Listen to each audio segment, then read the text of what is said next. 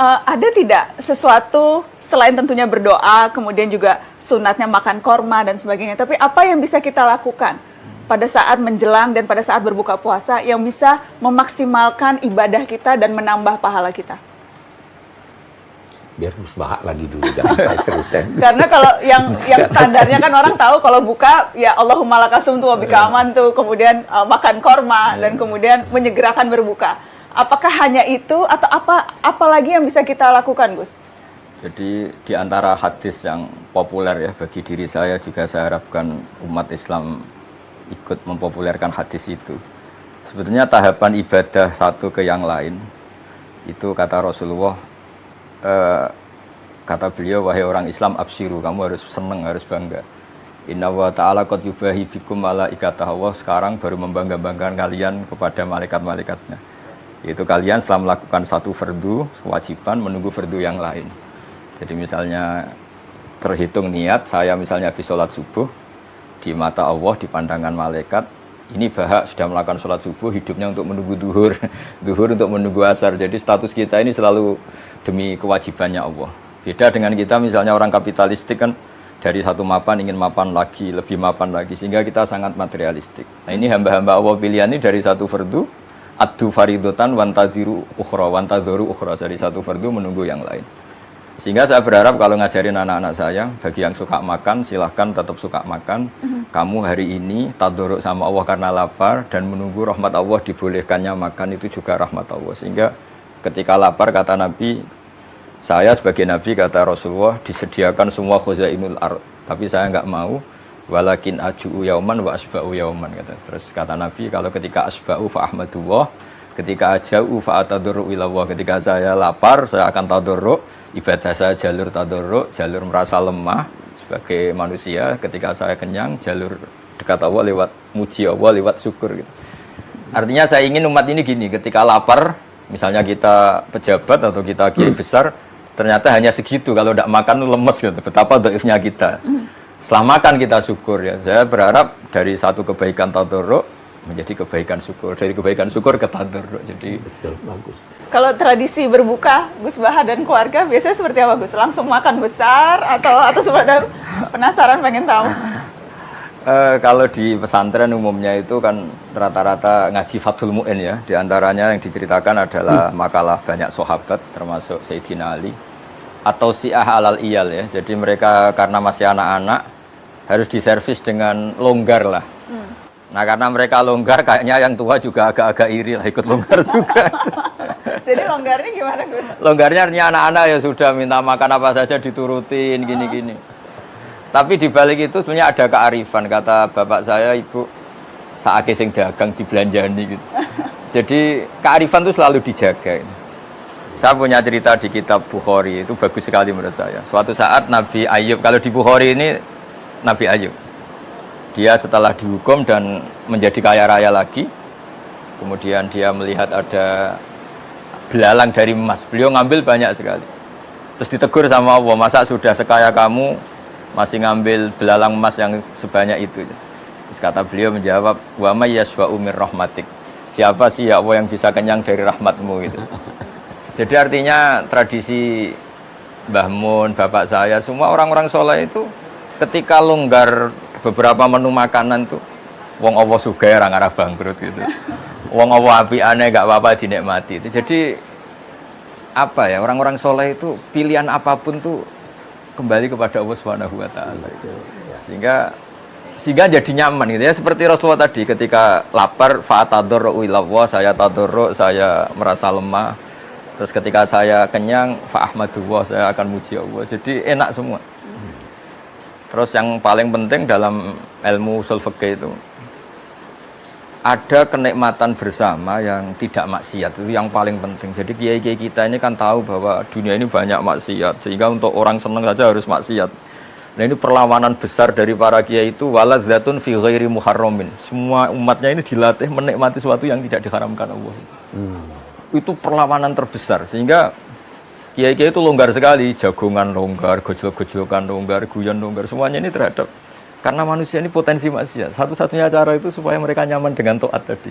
Qul bi fadlillah bi rahmati fa bidzalika falyafrahu. Diharapkan kalau sudah menikmati taat ini nggak nyari kenikmatan lewat jalur maksiat. Di sini hebatnya Rasulullah ngajarin kita wa qurratu aini fis sholat. Senang ketemu ulama, ketemu Habib, ketemu orang-orang soleh. Sehingga ada tradisi. Alhamdulillah ketemu Pak Quraisy, ketemu Mbah Maimun, ketemu. Ketika orang lain mungkin masih senangnya kalau ketemu hal-hal yang dilarang Allah. Jadi ketika longgar itu filosofinya guru-guru kita, orang tua kita seperti itu. Jadi bukan longgar untuk israf, tapi longgar untuk nikmati sesuatu yang tidak haram. Dan sebenarnya itulah yang dimaksud. Kalau berbuka orang itu ada farhah, kegembiraan. Orang buka itu gembira, bukan karena makanan yang tersedia, tapi itu kalau di psikologi itu Abi pernah baca, itu karena dia berhasil mengendalikan nafsunya. Ya, betul, ya. Ya, jadi dia sukses melewati itu ya. Nah, sukses melewati itu. Nah, itu yang kita ini ada seorang ulama di Mesir, filosof sekaligus ulama, punya banyak buku. Salah satu bukunya kecil, dia punya ungkapan. Makanan yang mewah itu adalah sogokan nafsu, sogokan perut kepada nafsu. Jadi kita disogok katanya.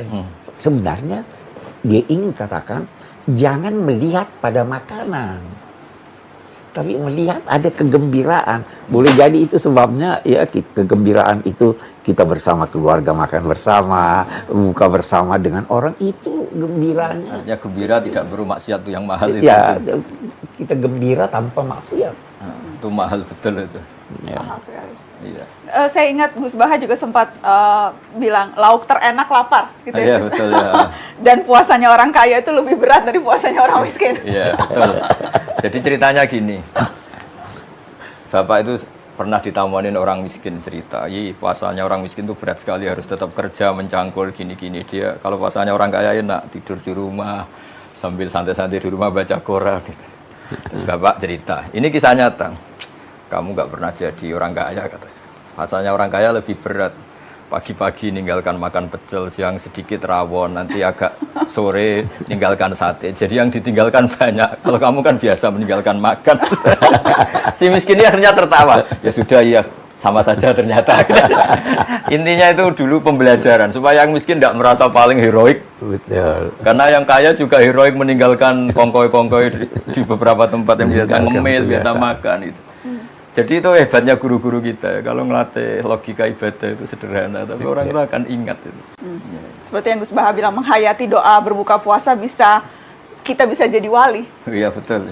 Bagaimana jadi caranya jadi wali dengan menghayati doa berbuka puasa, Gus Baha? Saya itu kan sering ya menghafalkan beberapa lafaz hadis. Di antara hadis populer yang saya hafalkan dan itu sahih di Muslim. Innallaha ta'ala la yardu 'anil abdi idza akalal aklata fayahmadahu 'alaiha aw yashraba syarbata fayahmadahu 'alaiha. Itu kalau dalam bahasa Arab inna itu sesungguhnya pakai lam lagi la yardu. Sesungguhnya Allah sangat ridho terhadap hambanya ketika makan satu asupan atau satu suapan dia bertahmid. Minum satu kegukan dia bertahmid. Dan itu cara paling mudah memang makanan pertama iftar itu pas berbuka itu. Nah, kalau orang diridhani Allah itu kan sudah di atas wali itu, karena Allah ridho itu kan sangat tinggi sekali, makom tertinggi seorang hamba kan radhiyallahu anhum wa radu anhu beberapa. Nah, makanya saya tadi bilang sebetulnya tradisi guru-guru kita di kampung itu malah kalau iftar itu ya biasa aja longgar, bukan karena apa ya. Kok anak-anak puasa kok dibatasin nanti ganggu syukurnya. Jadi kalau perasaan kita seperti itu ganggu syukurnya, makanya ngikuti Fathul Mu'in tadi atau si'ah alal iyal ya yang longgar saja meskipun tentu tidak berlebihan karena takutnya nanti suasana keluarga karena jangan ini sholat dulu gini. Kalau dalam guyonan kiai-kiai nanti kamu sholat demi mengenakan makan, mendingan mengenakan makan demi sholat. Itu ada ilmunya, kata Nabi kan gitu. Ketika makanan sudah disiapkan kamu makan dulu baru sholat supaya sholatnya biarin karena sudah makan, jangan dibalik. Sholat dulu biar makannya enak. Ini kan berarti sholat. Jadi guru-guru kita meskipun guyon tapi filosofi itu luar biasa. Betul. Jadi enggak ya sudahlah kayak umumnya orang saja, enggak usah terlalu berdele-dele. Jadi ketika saya sering ceramah lah atau ngaji bilang makan bisa jadi wali itu di sini.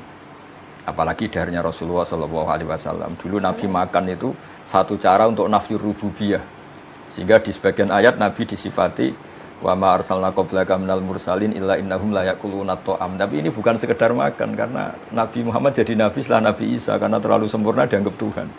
Makanya Nabi menunjukkan kalau nggak makan itu lapar, beliau makan untuk memaklumatkan saya ini manusia, tidak Tuhan.